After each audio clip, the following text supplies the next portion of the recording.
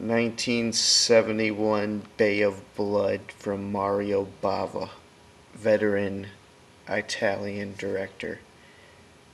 It's kind of like a Stranger Than Fiction type tale where everyone kind of dies, like kind of like Pulp Fiction or Simple Plan, with and it's done by an Italian director, so it's got those Giallo elements and its own sense of flair to it. If you've seen a Lucio Fulci film or a Dario Argento film, Mario Bava was a little older than them. He ended up dying in 1980. But it's really known. It's almost like a surreal feel throughout because it's like that late 60s, early 70s exploitation feel. But then it's slasher elements also, like a typical slasher movie, including deaths that are stolen directly, almost frame for frame, according to the Wikipedia page where it talks about the special effects.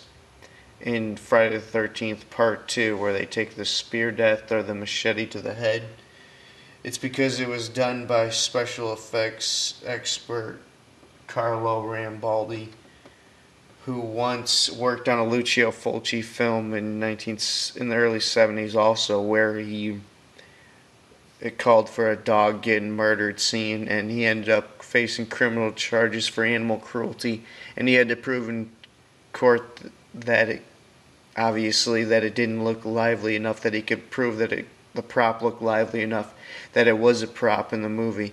So you get 13 deaths in this movie. It's like, and the gore is there, and it lives up to its name of being Bay of Blood, and it also has a number of other different titles that go with it.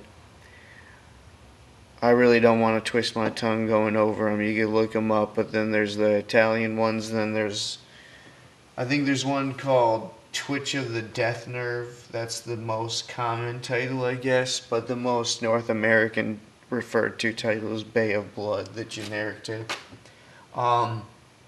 So the plot, basically the story that it tries to tell is an inheritance, and like everyone murders the next person in line who gets inheritance, and that's kind of like the setup at this beach house. It was all filmed on one location, and they said that they had to put twigs and sticks around the camera to make it look more wooded and secluded. And it starts off really good in the opening scene. The old woman gets killed off, she gets strangled, and then that sets in motion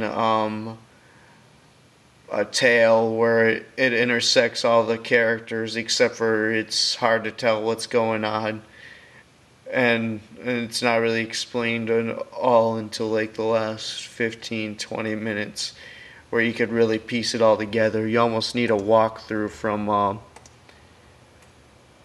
the Wikipedia page just to get through the plot and to have a comprehension of it. They even stick in 4 random teenagers just to get killed off, who are basically squatting at the house or just enjoying there and partying there at the house in the meantime. And then what ends up happening at the end is, hold up, the special effects guy also went on to work for E.T. and King Kong, and this was a low budget film at the time, so you could tell he had some major talent, and it doesn't go cheap on the gore. It's hardcore gore and really good props that inspired guys like Tom Savini and the Friday the 13th franchise. But there was a lot of other slashers that obviously had its impact in the 70s. Savage Weekend, Class Reunion Massacre, The Town That Dreaded Sundown, Silent Night, Bloody Night, Black Christmas, all great 70s slasher films that inspired films like Halloween, and then the whole 80s slasher generation. And then it has like supposedly they try to do like an ironic ending. I'm gonna talk spoilers now, so go and see it. I recommend you can check it out on YouTube or whatnot. So spoiler ending now. They do like a gleeful hippie because it was like late '60s, early '70s cheerful ending where the couple gets away with it and they think they're gonna get the inheritance because they killed everyone else and they're about to pack up and their kids end up shooting them and they're so gleeful and it's not really explained and they are happy that they killed them. It's supposed to be ironic, like it runs in the family, like no matter what, you're always going to be fighting off your younger heirs for the. Yeah, you get it. Terrible. This was JBM from Mr. Creep Show 9, Bay of Blood Review 1971. I'm out.